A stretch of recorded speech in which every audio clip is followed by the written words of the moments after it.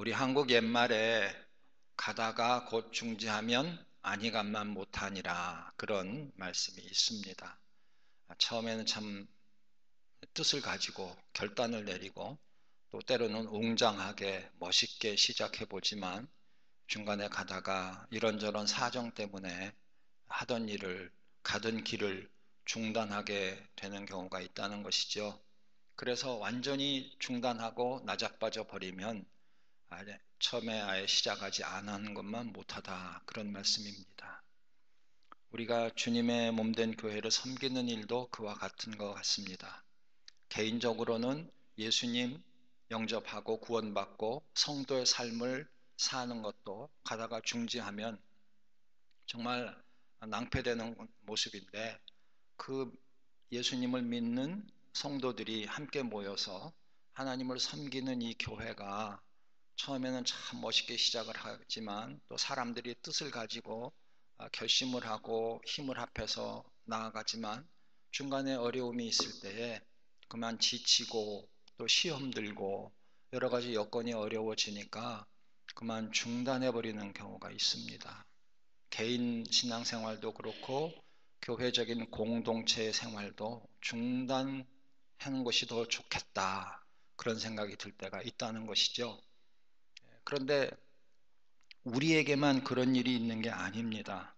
구약의 역사를 보면 포로로 돌아온 하나님의 백성들이 성전을 짓기 위하여 성전 지대를 놓고 옛날 솔로몬의 성전을 생각하면서 나이 드신 분들은 막 울고 그러면서 감격에 차가지고 성전 재건을 시작을 했지만 중간에 이웃에 사는 이방인들이 방해 공작을 해올 때에 왕에게 상소를 올리고 뇌물을 줘가지고 그 당시 바사 왕국에 있는 관리들을 매수했을 때에 또 왕이 옛날의 역사를 제대로 살펴보지 아니하고 참소하는 이방인들의 말만 듣고 너희들이 반역하는 자들이 또 성전을 짓고 나에게 반역을 하려고 하느냐, 중지하라. 그래가지고 중단시켜 버렸을 때 이스라엘 백성들은 그냥 손을 놔버리고 그리고는 그냥 각자 자기 생활에만 바빴다는 것입니다. 그러고는 왕이 바뀔 때까지 아무것도 하지 못하고 있었습니다. 그것이 오늘 본문의 그 배경의 역사입니다.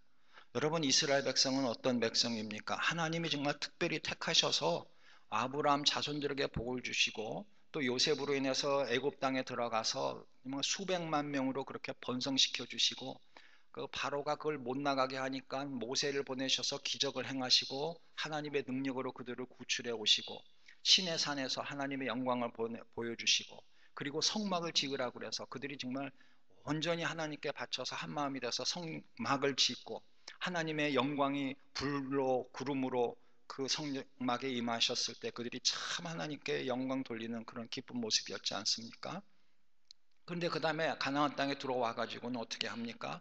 성막만 가지고 섬기고 있다가 어느 날 다윗이 성막을 보고 자기는 이렇게 좋은 궁에 거하는데 하나님의 언약궤가 있는 곳은 너무 초라하다 그래서 성전을 짓기를 원합니다. 하나님이 다윗은 전쟁터에서 피를 너무 많이 흘렸기 때문에 너는 성전을 지을 수 없다. 너에게서 아들이 날 텐데 그는 평화의 사람이다. 그가 성전을 지어야 한다. 그러니까 다윗은 모든 걸 준비했다가 아들에게 유언처럼 성전을 꼭 지어라. 그리고 설계도까지 다 해주고 그 다음에 역대상에 보면 아들에게 그럽니다. 너가 성전을 지으려고 할 때 하나님이 너와 함께 하시고 떠나지 아니하실 것이다. 내가 성전을 완성할 거다. 솔로몬이 또 은혜 받아가지고 성전을 얼마나 멋있게 짓습니까?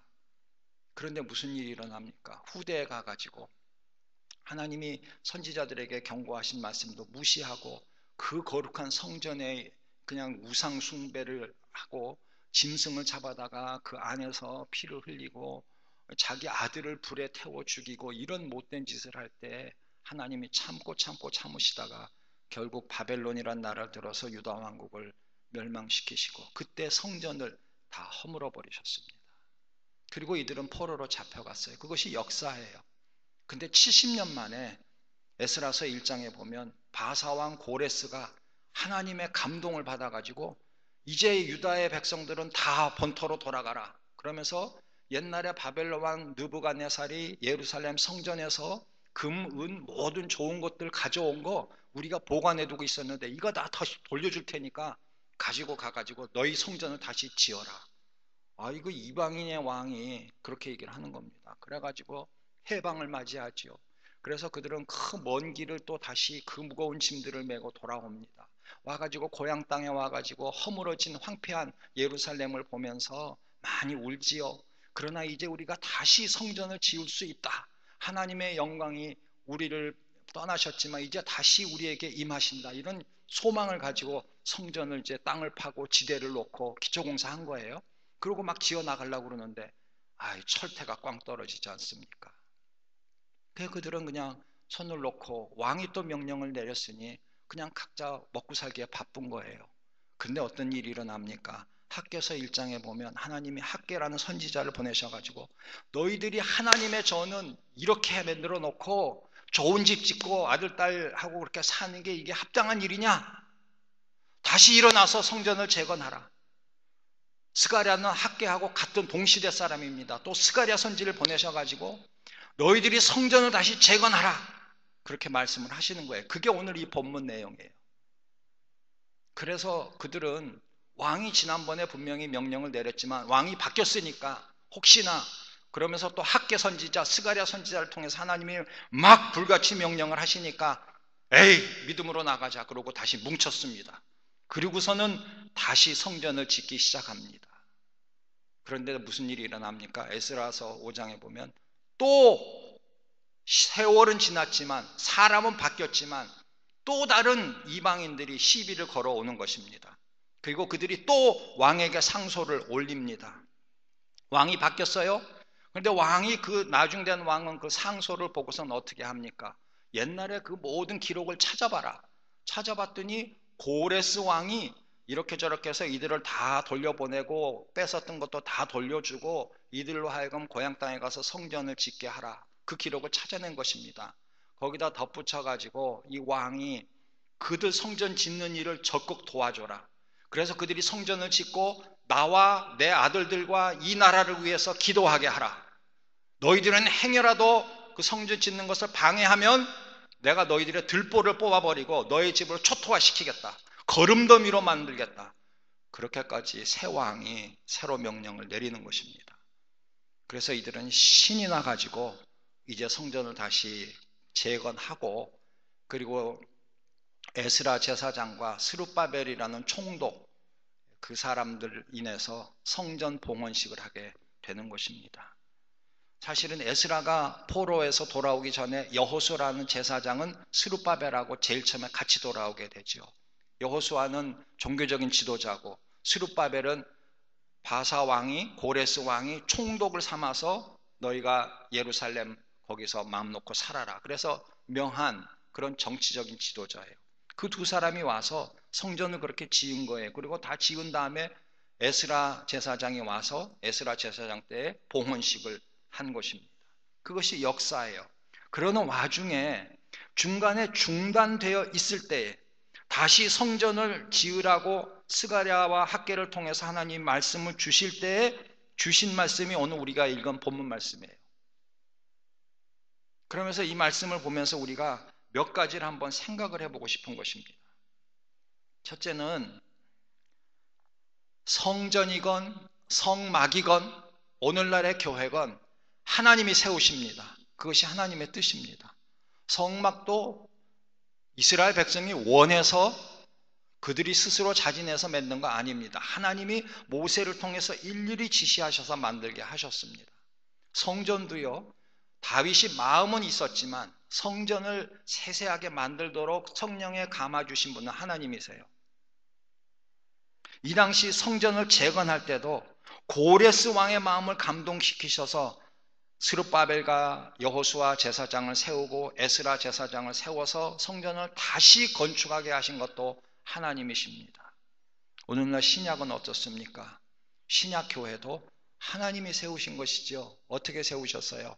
독생자 예수 그리스도를 보내셔가지고 예수 그리스도로 인해서 죄인들이 의인이 되고 예수 그리스도를 통해서 베드로란 사람을 부르시고 베드로에게 뭐라고 그러십니까? 내가 이제는 베드로라, 반석이라, 내 위에 교회를 세우겠다 그러시지 않았습니까? 그리고 예수님은 교회를 위해서 머릿돌이 되시기 위해서 십자가에서 자신을 주신 것입니다.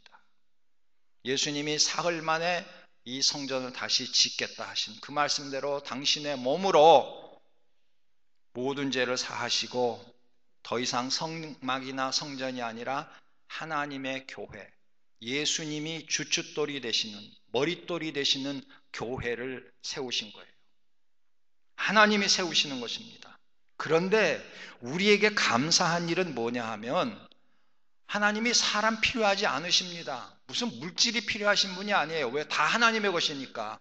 하나님이 그냥 말씀 한마디면 천지를 창조하셨는데 교회가 있을 거라, 있을지어다, 성막이 여기 있을지어다, 성전이 있을지어다, 그러면 그냥 순식간에 생길 거예요. 천지 만물 창조하신 것처럼. 그런데 하나님 그렇게 하시지 않고요. 성막을 지으실 때나 성전을 지으실 때나 성전을 재건할 때나 신약의 교회를 세우실 때 수많은 일꾼들을 부르셔서 일꾼들을 사용하셨다는 겁니다. 성막을 세우실 때는 누굴 사용하셨어요? 모세를 부르시고 부살렐과 오홀리압이라는 사람에게 성령 충만케 하고 많은 사람들이 자원해서 예물을 갖고 오게 하셔서 성막 지으셨습니다. 성전을 지으실 때는요, 다윗이라는 자를 부르시고 다윗의 마음에 감동에 의해 가지고 다윗이 죽기 전에 모든 것을 준비합니다. 물자를 동원하고 설계를 만들고, 그리고 아들을 데려다가 유언을 남기고, 또 드로의 히람 왕 다윗의 친구거든요. 그 사람으로 하여금 백향목을 다 가져오게 해서 솔로몬도 그 자기 아버지의 친구한테 의지하지 않습니까? 하나님이 사람을 사용하시는 거예요. 이 성전 재건할 때도요, 고레스 왕을 감동시키시고 스룹바벨이라는 총독을 세우시고 여호수아라는 제사장을 세우셔서 그들로 하여금 백성들을 움직이게 하시고, 백성들은 헌신해서 몸으로 그냥 육체 노동으로 그리고 물질로 봉사하면서 성전을 재건한 것입니다. 신약에서는 어떻습니까? 예수님에게 감동을 주시고 예수님이 정말 교회의 머리가 되시고 주춧돌이 되시면서 어떻게 합니까? 제자들을 불러 모으시고 그 제자들을 사용하셨다는 겁니다. 그런데 여기에 우리가 꼭 알아야 할 게 있어요. 하나님이 사람 필요 없어요. 그냥 하실 수 있지만 꼭 사람을 사용하신단 말이에요. 꼭 사람을 부르신단 말이에요. 그런데 그렇게 부르셔서 그 사람으로 하여금 그 일을 하게 하실 때에 꼭 함께 주시는 게 있다는 것입니다. 그게 무엇입니까? 하나님의 신, 곧 성령님이라는 것입니다. 그래서 오늘 본문 말씀에 힘으로나 능으로 되지 않는다라고 말씀합니다. 하나님의 일을 할 때에 우리가 실수하기 쉬운 부분이 이것입니다. 힘이나 능으로 될 줄로 생각합니다. 여기서 말하는 힘과 능은 뭐냐 하면 육체적인 힘도 포함하고요, 권력도 포함하고요, 군사력도 포함하고요, 재력, 돈의 힘도 다 포함하는 것입니다. 세상에서 우리가 가지고 휘두를 수 있는 그런 모든 힘을 여기 다 포함하고 있습니다. 세상적인 지식과 지혜의 힘도 다 포함되는 것이죠. 내가 아무리 똑똑해도, 아무리 내가 힘이 세도, 아무리 내가 높은 지위에 있어도, 아무리 내가 물질이 많아도 그것으로 하나님의 집을 세우고 하나님의 일을 하는 것이 아니라라고 말씀을 하시는 것입니다.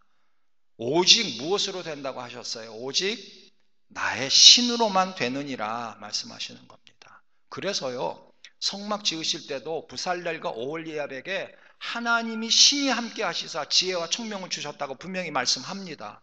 솔로몬이 성전 지을 때 다윗이 유언을 뭐라고 합니까? 내가 성전을 지을 동안에는 하나님이 너를 떠나지 아니하시고 지혜와 총명을 주시리라, 함께 하실 것이다, 그렇게 약속합니다. 오늘 이 스룹바벨과 이들이 성전을 재건할 때도 하나님의 신으로 된다라고 말씀하고 계시지 않습니까? 스룹바벨아, 성전 재건은 힘이나 능으로 되는 것이 아니다. 너희들이 고레스 왕으로부터 옛날에 솔로몬 때 가졌던 금은 기명들을 다 가지고 왔지만 지금 중단되고 있지 않느냐. 물질이 많다고 성전 지어지는 거 아니다.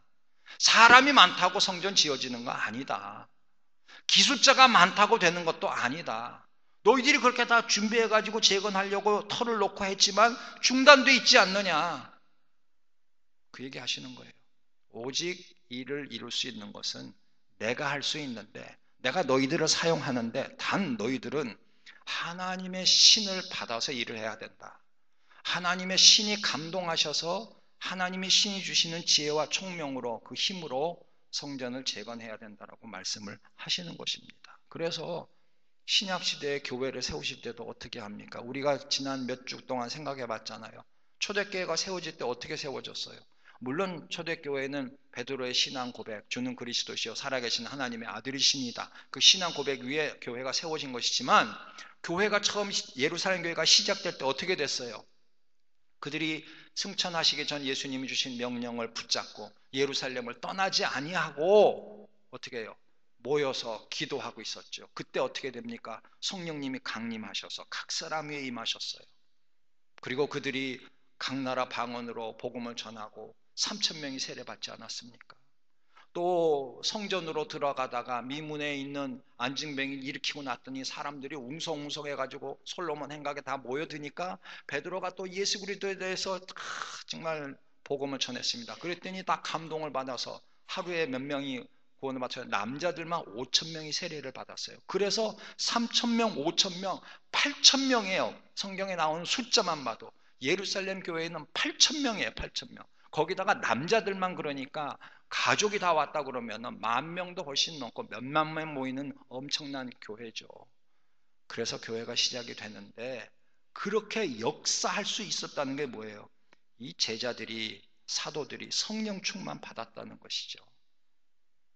베드로가 똑같은 베드로인데 어떻게 그렇게 달라지고 베드로가 설교했을 때 어떻게 그렇게 3,000명, 5,000명이 회심할 수 있습니까? 베드로의 힘이 아니지요. 성령님께서 역사해 주신 것이죠. 그래서 우리에게 교훈을 주시는 겁니다. 성막이나 성전이나 교회는 하나님의 신으로 되는 것이고 하나님이 우리를 사용하시지만 하나님이 주시는 성령님의 은혜로 되는 것이다. 그것을 우리가 깨달아야 하는 것입니다. 만약에 우리가 이것을 깨달을 수만 있다면 우리는 정말로 어떻게 보면 너무 쉽게 주의 일을 감당할 수 있는 줄 믿습니다. 여러분, 생명의 삶 이런 예화가 있었어요. 벌새와 알바트로스라는 게 있어요. 벌새는 몸 길이가 6cm 뿐이 안 된다고 그래요. 사람 손바닥 안에 들어와요. 왼쪽 그림은 모형이에요. 벌새라는 모형인데 손바닥에 6cm니까 저 정도뿐이 안 되죠. 오른쪽은 실제로 벌새인데 이 벌새가 꽃을 날아다니면서 그 꿀을 따서 이렇게 하는데 꽃에 가서 주둥이를 대고 꿀을 빨아먹으려면 정지해 있어야 되잖아요. 날아다니면서 뭐 이렇게 탁 할 수가 없다고요. 근데 꽃에 가가지고 꿀을 빨아먹을 때 정지해 있기 위해서 이 날개를 치는데요. 이 날개가 1초에 50회 내지 70회를 반복한답니다. 째깍할 때 50번 내지 70번을 이걸 하는 거예요. 얼마나 빠르겠어요. 그러니까 사진을 찍었는데 날개 모습이 제대로 안 나오지 않습니까? 여러분 1초에 50회, 70회라는 거는 진짜 엄청난 겁니다. 눈 깜짝할 새에 50번, 70번을 휘두르요. 이 새가 이렇게 열심히 일을 한다는 거예요. 몸이 조그만 것이. 근데 이렇게 열심히 날갯짓을 하면서 날아다니니까 이 벌새의 이게 허밍버드인데요. 영어로 벌새의 평균 수명은 4년이래요. 4년. 왜냐하면 짧은 기간에 너무 애를 써서 다 소진해버리는 거예요. 조그만 것이. 그래서 그냥 죽어요. 그런데요. 알바트로스라는 새가 있답니다. 왼쪽에. 오리 비슷하죠. 이 몸뚱이는 90cm래요. 그러니까 1m 좀 안 되는 것 같아요. 그런데 이게 희한한 게요. 오른쪽 그림 보세요. 그러니까 여러분 오른쪽 그림. 날개를 쫙 피면 이 날개 이 끝에서 이쪽 끝까지가 3.5m랍니다. 몸은 1m가 안 되는 새인데 이 날개를 피면 3.5m.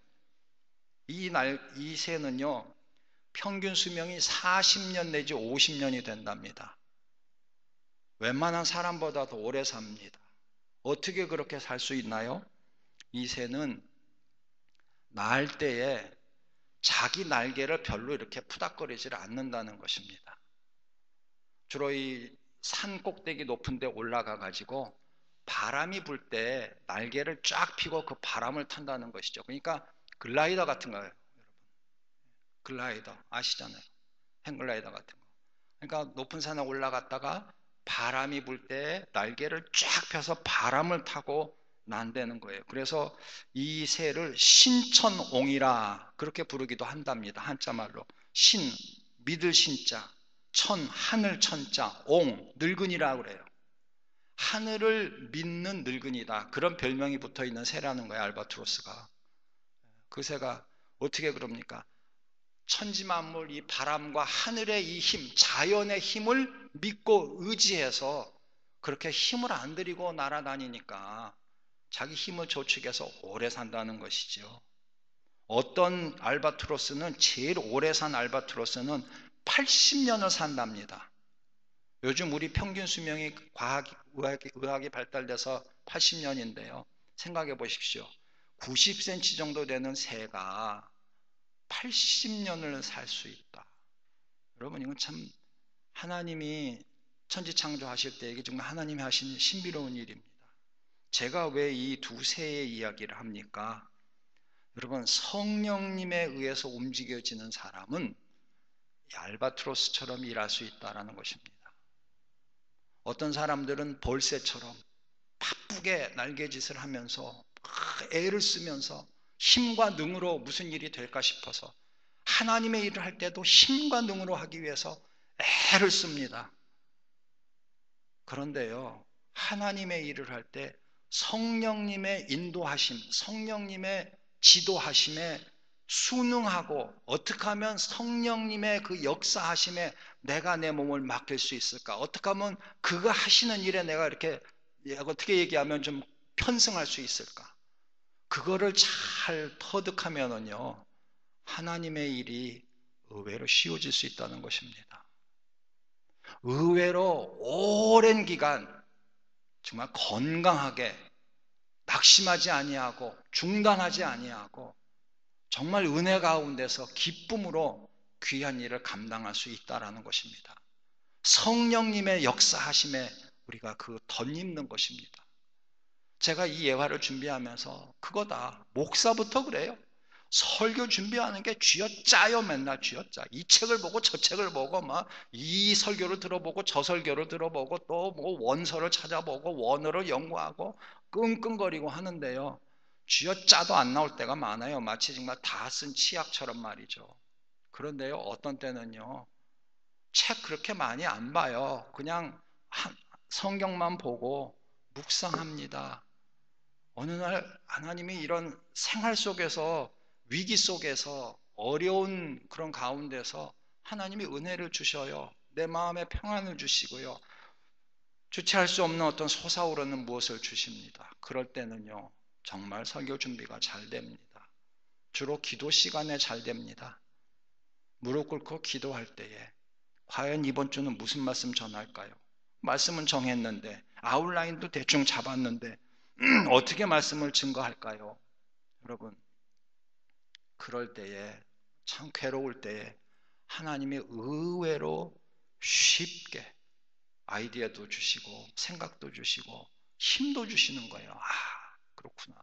이런 말씀을 전하면 좋겠구나. 여러분, 목사도 그래요. 그냥 내 힘으로 하려고 그러고 내 머리로 하려고 그러고 다른 사람에게 그 어떤 충고를 들어가지고 그대로 따라 해보려고 그러면 일이 잘 안 돼요. 너무 힘들어요. 무거운 짐을 지고 가는 것 같아요. 그런데요, 성령님이 나를 사용하여 주시옵소서. 내가 성령님께 인도함을 받겠습니다. 믿음을 가지고 주님만을 의지하고 나갈 때 주님께서 정말 너무도 쉽게 그렇게 역사해 주신다는 사실입니다. 한 가지 더 말씀드리고 싶은 거는, 그렇다면 성령 충만해서 일하는 사람은 아무 어려움이 없겠네? 난관이 없겠네? 그렇지 않죠. 하나님의 뜻에 따라서 성령 충만해서 일해도 어려움이 있습니다. 어떻게 그걸 우리가 알 수 있어요? 오늘 본문 말씀으로 다시 돌아갑니다. 오늘 본문 말씀 7절에 뭐라고 그래요? 큰 산아, 내가 무엇이냐? 내가 스룹바벨 앞에서 평지가 되리라. 큰 산이 있다는 것입니다. 분명히 스룹바벨은 하나님의 명령에 따라서 성전을 재건하려고 했는데 전지대를 놓자마자부터 방해가 생기기 시작하고 중단해야 되지 않습니까? 큰 산이 가로막고 있습니다. 그런데요, 하나님만 의지하고 하나님께 모든 걸 맡기면 그 큰 산이 평지가 된다라고 말씀해 주시고 있는 거예요. 여러분, 이게 에스라서 5장 6장에 나오는데요, 그렇게 손을 놓고 성전 재건하려는 걸 중단하고 있다가 그들이 학개와 스가랴 선지자의 말을 듣고 다시 성전을 재건하기 위해서 노력하기 시작했을 때 두 번째 방해가 있습니다. 두 번째 방해가 있을 때 또다시 어려움이 옵니다. 어떤 사람들은 그만두자고 그랬어요. 지난번에도 그러지 않았습니까? 그런데 이번에는 그만둘 수 없다. 계속하자. 왕이 어떻게 명령을 내리시든지 우리는 계속하자. 그래서 그 두 번째 방해하는 사람들이 조서를 올렸지 않습니까? 아까 말씀드린 대로. 그런데 어떻게 됐어요? 결과가 오히려 왕이 옛날 서적을 찾아보게 되고, 그리고 그 사실을 알게 되고 다시 명령 내리기를 너희는 방해하기는커녕 예루살렘 성전 짓는 것을 다 도와라. 너희들이 나한테 세금을 바쳤는데 그 세금 바치는 건 나한테 보내지 말고 그 이스라엘 백성들이 예루살렘 성전 짓는데 다 돈을 보태줘라. 그리고 너희들이 그를 도와라. 만약에 내 명령을 어기면 아까 말씀드린 대로 들보를 뽑아버리고 너희 집은 거름더미처럼 만들어버리겠다. 여러분, 이게 사람이 하는 일입니까? 성령님이 하시는 일이죠.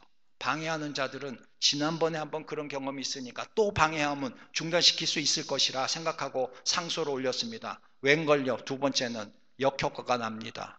뭐라고 그럽니까? 너희들이 도와라. 나한테 주려고 모아놨던 세금도 그들에게 줘라. 누가 하시는 일이에요? 하나님이 하시는 일이에요. 스룹바벨이 그렇게 못합니다.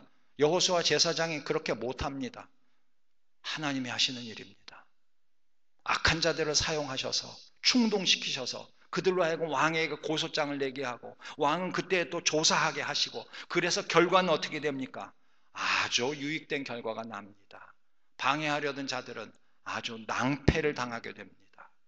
하나님이 하시는 일입니다. 신약에서 교회 세울 때는 어땠습니까? 예루살렘 교회가 부흥되지요. 그러니까 어떤 일이 일어났어요? 스데반 집사가 순교하게 되지 않습니까? 핍박이 따릅니다. 다 흩어져 버렸습니다. 이제 우리는 망했다, 도망가자. 망했습니까? 아니에요. 예루살렘 교회가 숫자는 좀 줄었지만 오히려 더 든든히 세워졌고요. 흩어진 사람들이 어떻게 됐어요? 빌립은 사마리아 가서 전도하고 또 에디오피아의 네시에게 전도하고, 어떻게 됐어요? 흩어진 사람들이 나아가서 복음을 전했어요. 그래서 예루살렘과 온 유대와 사마리아와 그리고 이스라엘 유대 땅을 떠나서 소아시아와 심지어는 유럽에까지 복음이 전파되게 되는 것입니다. 하나님의 교회가 없어집니까? 절대 안 없어집니다. 사단은 순교라는 위협을 통해서 철퇴를 내리치지만 오히려 그것은 불똥이 튀게 돼가지고 불똥이 사방으로 번지게 되는 것입니다. 그래서 전 세계에 그리스도인들이 지금처럼 많고 전 세계에 이렇게 교회가 많고 선교지마다 놀라운 하나님의 역사가 일어나는 것입니다. 믿으십니까? 하나님이 하시는 일입니다. 사단은 교회가 잘 되는 것을 보질 못합니다. 어떻게 사람을 충동시키든지 방해꾼을 일으키든지 성도들끼리 어려운 일을 당하게 하든지 해서 교회가 없어지기를 원하는 것이 사단입니다. 핍박이 와도 유혹이 와도 우리는 주님의 몸된 교회 섬기는 일을 중단할 수 없습니다. 주님만 믿고 나아가야 하는 것입니다. 하나님의 신으로 이것이 된다고 말씀하셨습니다. 우리 자신을 하나님의 신에게 맡기십시다. 마치 알바트로스 새가 날개를 쫙 펴고 바람을 타서 하늘을 나는 것처럼 성령의 역사하심에 우리를 맡기십시다.